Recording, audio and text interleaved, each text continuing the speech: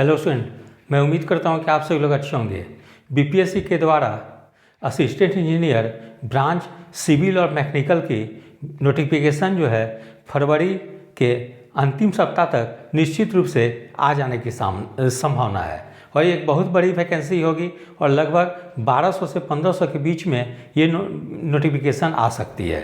तो जो भी स्टूडेंट सिविल और मैकेनिकल में बीटेक डिग्री रखे हुए हैं उन लोगों के लिए गोल्डन अपॉर्चुनिटी है।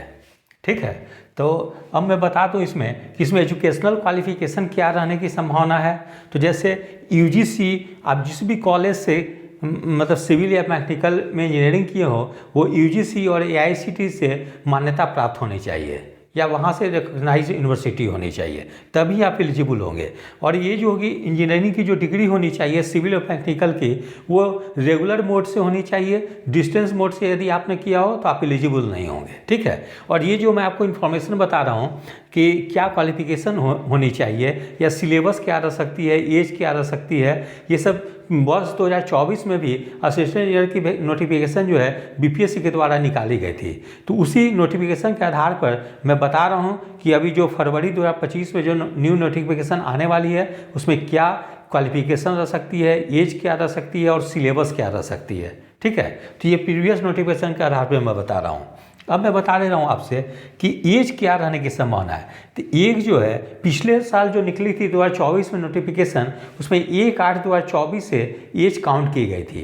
तो इस बार जो है एज की काउंटिंग जो होगी वो 1/8/2025 से होने की संभावना है।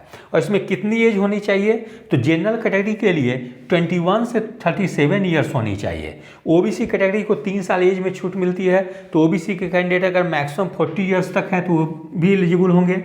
SC ST कैंडिडेट को 5 साल एज में छूट मिलती है तो वो 42 ईयर्स तक अगर होंगे तो एलिजिबल होंगे। और वही जो है वीमेन कैटेगरी के महिला, चाहे वो जनरल ओबीसी कैटेगरी की हो, उन लोगों को 40 वर्ष तक अगर हैं तो वो लोग इसके लिए अप्लाई कर सकते हैं।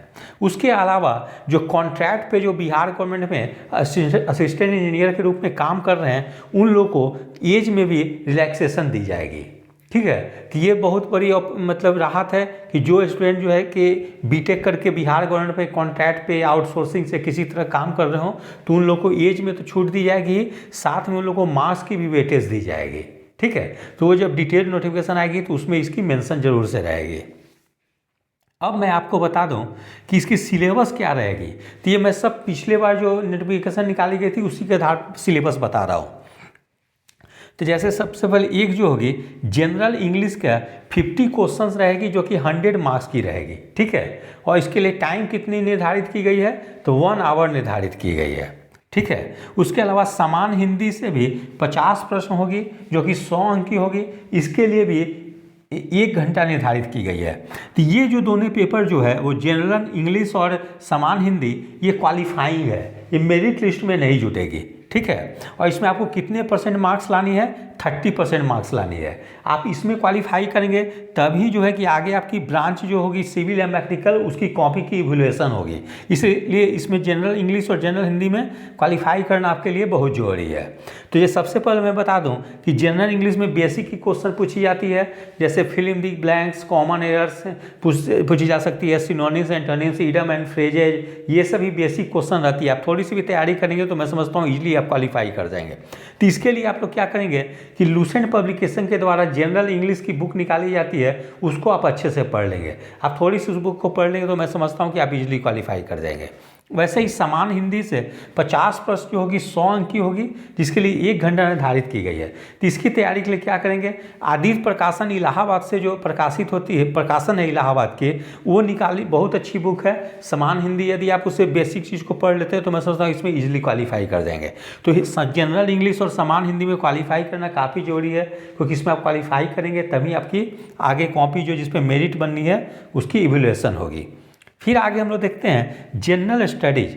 जनरल स्टडीज से भी 50 क्वेश्चंस पूछी जाएगी जो कि 100 मार्क्स की होगी, और इसलिए टाइम जो निर्धारित की गई है वो 1 आवर। ठीक है, इसकी तैयारी कैसे करेंगे, तो जनरल स्टडीज के लिए लूसेंट, घटना चक्र पूर्वावलोकन जो है ये 2 बुक को अच्छे तरीके से देख लेंगे। और उसके अलावा करंट अफेयर्स से भी 4-5 प्रश्न पूछ दी जाती है। तो करंट अफेयर्स के लिए आप लोग क्या करेंगे, या तो एजुटेरिया पढ़ लेंगे या घटना चक्र भी निकालती है उसको देख लेंगे, 2 में से कोई भी एक देख लेंगे तो करंट अफेयर्स कवर हो जाएगी। फिर हम लोग अब आते हैं कि एक पेपर है जनरल इंजीनियरिंग साइंस, ठीक है, इससे भी 50 क्वेश्चंस पूछी जाएगी। ये 1 घंटे की होगी। इसकी तैयारी कैसे करेंगे, तो 11-12 की जो NCERT है साइंस की, उसको आप लोग अच्छे से देख लेंगे, ठीक है, तो इसमें फिर आप बेहतर कर लेंगे। उसके अलावा फिर जो है अब यहाँ से आपको ब्रांच है, जैसे कोई सिविल इंजीनियरिंग में किए हुए हैं या मैकेनिकल किए हुए हैं, तो इससे 2 पेपर पूछी जाएगी, ठीक है। तो सिविल इंजीनियरिंग में जैसे एक पेपर जो होगी उसमें 50 क्वेश्चंस होगी जो कि 100 मार्क्स की होगी और 1 घंटा समय निर्धारित की गई है। तो इसकी तैयारी कैसे करेंगे आप लोग, तो यूथ पब्लिकेशन जो कि इलाहाबाद से आती है, उसमें जैसे रेलवे के असिस्टेंट इंजीनियर की कोई एग्ज़ाम हुई हो या जूनियर इंजीनियर की भी एग्ज़ाम हुई हो सिविल मैकेनिकल की, तो उसके प्रीवियस ईयर क्वेश्चन को देख लेंगे। उसके अलावा अदर स्टेट के द्वारा भी असिस्टेंट इंजीनियर की एग्ज़ाम ली जाती है, जैसे उत्तर प्रदेश, मध्य प्रदेश, ये सब के प्रीवियस ईयर क्वेश्चन को देख लेंगे। उसके अलावा कंबाइंड UPSC जो है कंबाइंड इंजीनियरिंग सर्विस की जो एग्ज़ाम लेती है, उसके भी प्रीवियस ईयर क्वेश्चन को देख लेंगे। उसके अलावा गेट के द्वारा भी जो सिविल इंजीनियरिंग की एग्ज़ाम ली जाती है, उसको भी देख लेंगे। तो मैं समझता हूँ कि मैंने इतना जो सोर्स आपको बता दिया है, यदि आप उसको फॉलो कर लेते हैं तो मैं समझता हूँ इसमें आप बेहतर परफॉर्म करेंगे। उसके अलावा फिर सिविल इंजीनियरिंग की दूसरी पेपर होगी, इसमें भी 50 क्वेश्चन जो होंगे वो 100 मार्क्स की पूछी जाएगी और इसके लिए 1 घंटा समय निर्धारित की गई है। तो इसके लिए भी जो मैंने जो शुरू में जो मटेरियल बताया है, सेम मटेरियल को आप लोग फॉलो करेंगे तो वो कवर हो जाएगी। फिर अब हम लोग आते हैं, तो इस तरह से जो होगी, जो सिविल इंजीनियरिंग के जो स्टूडेंट स्पेशलाइजेशन किए होंगे उन लोगों को कितनी पेपर हो जाएगी, 6 पेपर हो जाएगी। जैसे जनरल इंग्लिश और जनरल समान हिंदी ये क्वालिफाइंग है, मेरिट में नहीं जुड़ेगी, जबकि general studies, general engineering science और सिविल इंजीनियरिंग में 2 पेपर है, तो टोटल 4 पेपर के आधार पर आपकी मेरिट बनेगी। फिर इसी तरह से जो स्टूडेंट मैकेनिकल इंजीनियरिंग किए हैं वे लोग को भी 2 पेपर होगी मैकेनिकल इंजीनियरिंग की, जिसमें से 50 क्वेश्चंस होगी 100 मार्क्स की, इसके लिए 1 घंटा निर्धारित की गई है। तो इसके लिए भी जो मैंने सेम जो बताया रिसोर्सेज, जैसे यूथ पब्लिकेशन के द्वारा जो रेलवे इंजीनियरिंग की जो प्रीवियस ईयर क्वेश्चन निकाली जाती है उसको कर लेंगे। उसके बाद अदर स्टेट के द्वारा एग्जाम ली जाती है उसके प्रीवियस ईयर क्वेश्चन को देख लेंगे। UPSC के द्वारा कंबाइंड इंजीनियरिंग सर्विस की एग्जाम ली जाती है उसके क्वेश्चन को देख लेंगे, साथ में गेट के प्रीवियस ईयर को देख लेंगे। इतना कर लेंगे तो मैं समझता हूँ कि आप काफ़ी बेहतर परफॉर्म करेंगे। तो मैकेनिकल इंजीनियरिंग की दूसरी पेपर है, उसमें भी 50 क्वेश्चंस पूछी जाएगी जो कि 100 मार्क्स की होगी, उसके लिए भी 1 घंटा निर्धारित की गई है। तो उसके लिए भी सेम चीज़ जो मैंने बताया, रिसोर्सेज बताया है, उसको फॉलो कर लेंगे। तो मैं समझता हूँ कि इतना आप अगर कर लेते हैं तो ईजिली आप मेरिट लिस्ट में जो है कि आपकी टॉप रैंक में आ जाएगी। ठीक है, तो आप लोग थोड़ा सा इंतजार कर ले, इस महीना में निश्चित रूप से नोटिफिकेशन आ जाएगी, इसलिए आप लोग अभी से ही तैयारी शुरू कर दें, क्योंकि बहुत ज़्यादा समय नहीं दी जाती है और नोटिफिकेशन आने के बाद 4-5 महीने में ही एग्ज़ाम ले ली जाएगी।